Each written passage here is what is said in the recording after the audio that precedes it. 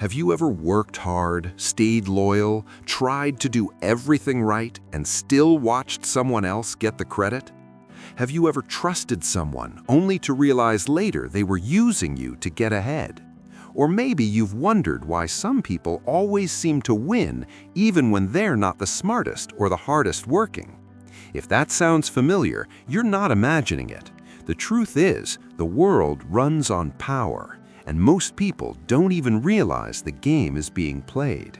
This is exactly what the 48 Laws of Power is about. And this is the book you need to understand if you want to stop being played and start playing the game smarter. The first lesson is simple but powerful. Never outshine the master. When you make the person above you look bad, even accidentally, you create insecurity and resentment. Your boss, your manager, or anyone in a position of power wants to feel respected and superior. If you make them feel threatened, they may quietly work against you. Instead, make them feel important. Let them shine. When they feel secure around you, they are more likely to support you and help you rise. Another important law is to say less than necessary. The more you talk, the more chances you give people to misunderstand you, judge you, or use your words against you. Powerful people are often quiet observers. They listen carefully, reveal little, and choose their words with precision. Silence creates mystery, and mystery creates respect. Greene also explains the importance of guarding your reputation. Reputation is like a shield. When people believe you are reliable, intelligent, or powerful, they treat you differently. But once your reputation is damaged, it becomes very hard to repair. That's why powerful individuals protect their image carefully. They avoid unnecessary conflicts and never allow others to define them negatively. Another key idea is never put too much trust in friends, but learn how to use enemies. This sounds harsh, but the idea is practical. Friends can sometimes become jealous, comfortable, or careless. Enemies, however, often work harder to prove their loyalty once they are converted into allies. The lesson here is not to be paranoid, but to be aware of human nature. The book also emphasizes the importance of making others depend on you.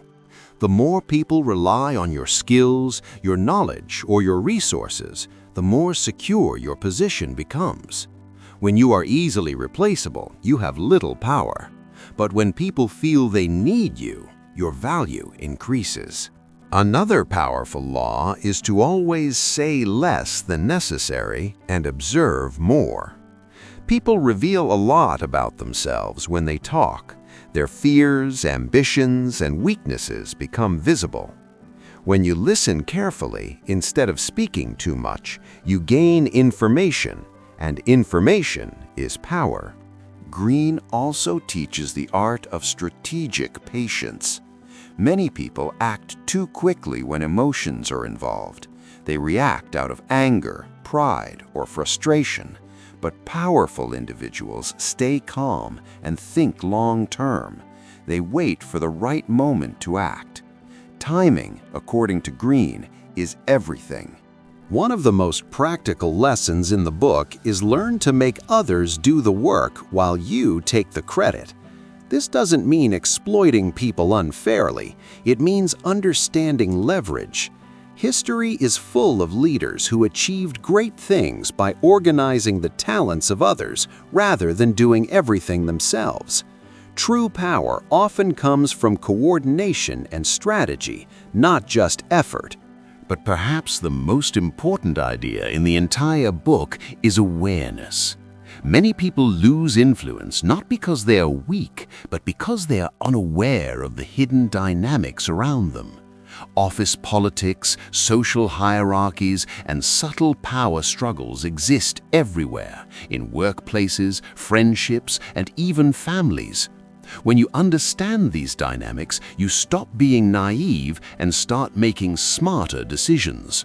Of course, the 48 Laws of Power is not a guide to manipulation for the sake of hurting others.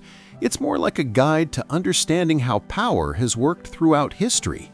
The laws are drawn from stories about kings, generals, politicians, and famous strategists. By studying these patterns, you learn how influence really works, both the good and the dangerous sides of it.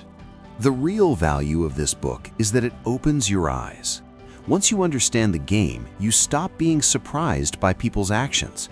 You become more strategic, more observant, and more careful about the moves you make.